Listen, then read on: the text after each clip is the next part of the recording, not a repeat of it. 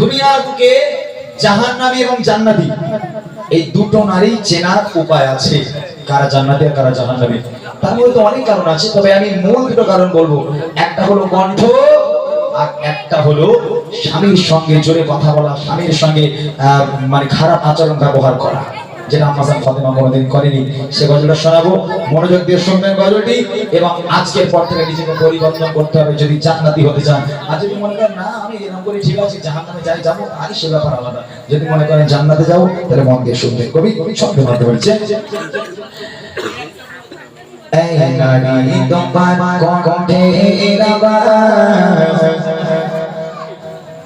জোরে বলে আল্লাহ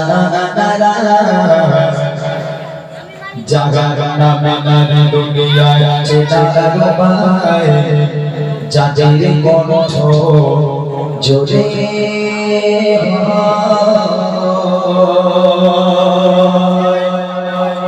এই গ্রামে যদি একটা মহিলা ঝগড়া করে, চারটে গ্রাম শুনতে পাই আমি কি বল ঝগড়া করছি। হ্যাঁ হয় না এরকম? আমাদের মনে আছে, এখানে আছে কিনা জানি না। আমাদের ওখানে কিছু প্রধানমন্ত্রী আছে, ওরে আল্লাহ সবার ঝগড়ার মধ্যে ওর থাকতেই হবে, আর গিয়ে ওদের ঝগড়া থেমে যাবে, এবার অন্য লোকের সঙ্গে ঝগড়া বেঁধে যাবে। এইরকম কত মহিলা আছে আমাদের, তাদের জন্য বলেছে এই নারী তোমার কণ্ঠের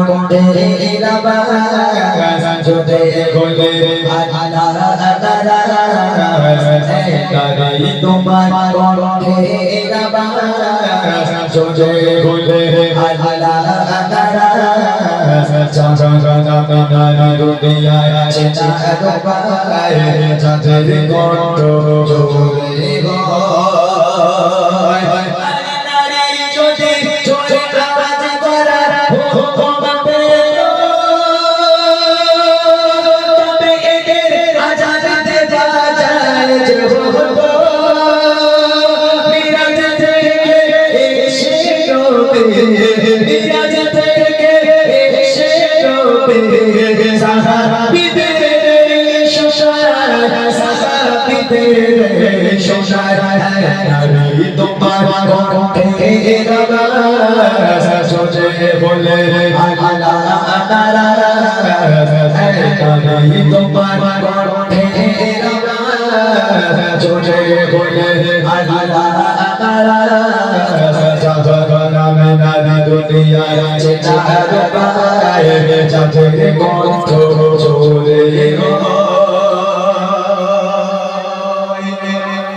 মেয়েদের যদি কণ্ঠের আওয়াজ জোরে হতো, জায়েজ হতো, মেয়েদের কণ্ঠের আওয়াজ যদি জায়েজ হতো, তাহলে প্রথম মুয়াজ্জিন মেয়েকে করা হতো। কেন? কারণ মেয়েরা মধুর সুরে আযান দিতে পারতো। ছেলেদের থেকে মেয়েদের কণ্ঠ ভালো, মেয়েরা মধুর সুরে আযান দিতে পারতো, যার কারণে আজকে মেয়েদের কণ্ঠ জায়েজ করা হয়নি, সেজন্য তারা মসজিদে আযান দিতে পারে না। তোমার কণ্ঠ, তুমি একটা বাড়িতে যদি ঝগড়া হয়, চারটা গ্রাম জানতে পারে। কেন? কিসের জন্য? তোমার কণ্ঠ যে তোমার পর্দা, এটা কি তোমার খেয়াল নেই? হায় রে, এই কণ্ঠ সব সময় সংযত রাখতে হবে। এই কণ্ঠকে যে সংযত রাখবে, এই কণ্ঠকে যে হেফাজত করবে, সেই জান্নাতি নারী দুনিয়ার বুকে সে জান্নাতি হবে। এবং একটা কথা মনে রাখবেন, যার কণ্ঠের আওয়াজ জোরে হবে, যে জোরে জোরে কথা বলবে, দুনিয়ার বুকে জাহান্নামী নারী ওই একটাই গুণ। দেখে নাও তাকে, যে জোরে কথা বলে, যে স্বামীর সঙ্গে খারাপ ব্যবহার করে, সেই তো জাহান্নামী। হ্যাঁ, যদি আজকে আল্লাহ তাআলা 1,24,000 মত করে 2,24,000 পয়গম্বর নবী দুনিয়ার বুকে পাঠিয়েছে। আপনারা কোনোদিন শুনেছেন যে কোন মেয়ে নবী হয়ে এসেছে? কোন মেয়ে কোনদিন নবী হয়েছে? 1,24,000 পয়গম্বর নবীদের মধ্যে কোন মহিলা নবুয়ত পেয়েছে? কোন মহিলা নবী হয়েছে? হয়নি। কেন বলেন তো? মেয়েরা যদি নবুয়ত পেত, তাহলে মেয়েদের এই কণ্ঠস্বর আজকে চতুর্দিকে ছড়িয়ে যেত, ঘরে ঘরে মেয়েদের কণ্ঠস্বর ছড়িয়ে যেত। যার কারণে আজকে মেয়েরা নবী হয়নি। মেয়েদের কণ্ঠটা কি করে যায়?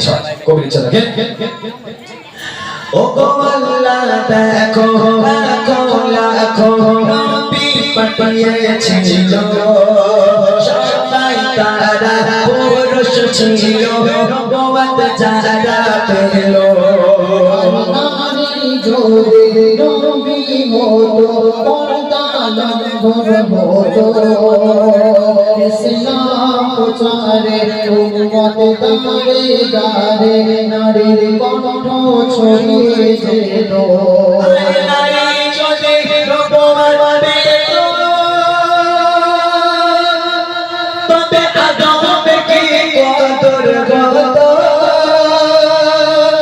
জানা কি আর খুঁজছো না রে জানা কি আর খুঁজছো না রে শাশির পায়ে রে তোমার শাশির পায়ে রে তোমার নারী তোমার কণ্ঠে আওয়াজ জোরে বলে আল্লাহ তাআলা নারী তোমার কণ্ঠে আওয়াজ জোরে বলে আল্লাহ তাআলা জাহান্নামে নারী দুনিয়ায় আছে চাঁদ পায় যাদের কণ্ঠ জোরে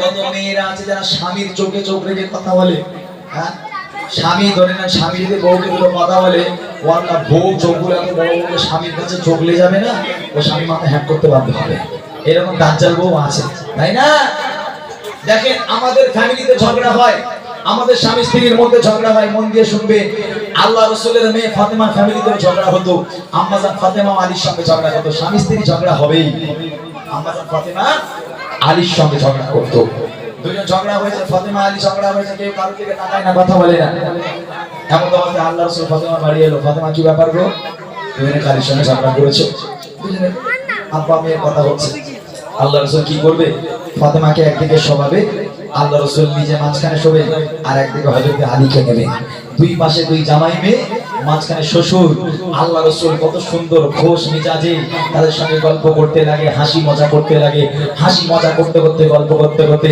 এক পর্যায়ে গিয়ে আম্মা জান ফাতেমা আর হযরত আলীর ঝামেলা মিটে আবার দুই হাত এক হয়ে যায় আর আমার ঘরের মেয়েরা স্বামী যদি একটা ভুল করে মানে রেগে গিয়ে যদি মেয়ে মানে বউকে মারে ও বউ ফোন করে আব্বা শিগগির এসে তোমার জামাই আমার মেরে লাল করে দিয়েছে একদম একদম হেসে হেসে গলা থেকে উড়িয়ে দেবো না তো ও কার মেরে মেরেছে জানে না হ্যাঁ শ্বশুর বলবো এই দেখ মা তুই জামাইকে ধরে রাখ খবরদার মারা থেকে না পারে আমি কুড়লে যাচ্ছি দুটুঙ্গ করে দেবো একদম পুলিশ জামাই বেঁধে দেবো হায় হায় আল্লাহ রাসূল কত সুন্দর খোশ মিজাজে গল্প করতে করতে তার ঝামেলা মেটায় আর আমাদের শ্বশুর শাশুড়িরা এসে ওই সংসার দশনক করে দিয়ে মেয়েকে দিয়ে চলে যায় তাই না মনে রেখে দাও তোমার স্বামীর পায়ের তলায় তোমার জান্নাত যদি তুমি জান্নাত পেতে চাও স্বামীর পায়ের তলার জান্নাতকে আগে হাসিল করো আম্মা জান ফাতেমা একটা দিনের জন্য হযরত আলীর সামনে গিয়ে চোখে চোখ রেখে কখনো কথা বলেনি স্বামীর সামনে সব সময় মাথাটাকে হ্যাট করে স্বামীর শুকরিয়া আদায় করেছে আর আমাদের ঘরে মেয়ে ওরা তো কাজ করে না খালি খাবে আর শোবে বুঝলেন রাগ করবেন না যারা বাস্তব কথা বলছি খালি খাবে আর শোবে খবরদার মা স্বামীকে সেবা করুন স্বামীর পায়ের তলার জান্নাতকে হাসিল করুন আমার আল্লাহ খুশি হবে আল্লাহর জান্নাতকে আশা করুন আগে স্বামীর পায়ের তলার জান্নাতকে নিয়ে তারপর আল্লাহর জান্নাতের আশা করুন খবরদার স্বামীকে ব্যথা দেবেন না তাহলে এহকাল পরকাল আপনার দুই খালি ধ্বংস হয়ে যাবে কবি লিখে দেখেন ও জাইনা দিনা স্বামীর ওপর ভুগতানে লিখরে আর ভুলে যেও না তুমি সৃষ্টি হয়েছো স্বামীর বাবা জোড়ের হারে শোনো মারে স্বামীর সেবা তুমি এত সম্মান পাবে আর যার কারণে কাঠুরিয়ার বিবি সবার আগে জান্নাতে যাবে আর যত সিজদার মাথা ঠোঁট আল্লাহ আল্লাহ যত জান্নাতের দরজায় আটকে যাবে জান্নাতের দরজায় আটকে যাবে স্বামী যদি নারাজ হয় স্বামী যদি নারাজ হয় নারী তোমার কণ্ঠে আওয়াজ সোজে হইলে আল্লাহ নারী তোমার কণ্ঠে আওয়াজ সোজে হইলে দুনিয়ায় চেষ্টা যাদের কণ্ঠ জোরে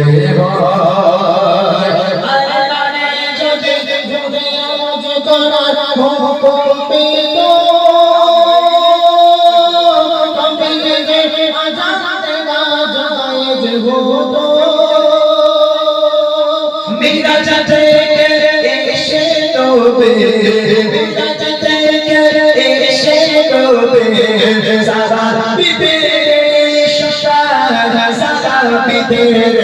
শোনায় হ্যাঁ তারাই তোমার কণ্ঠের আওয়াজ জোরে বলে আল্লাহ নারাজ হ্যাঁ তারাই তোমার কণ্ঠের আওয়াজ জোরে বলে আল্লাহ নারাজ জাগাবে নারী দুনিয়ায় চেনার উপায় যাদের কণ্ঠ জোরে হয় যাদের কণ্ঠ জোরে হয় যাদের কণ্ঠ জোরে হয়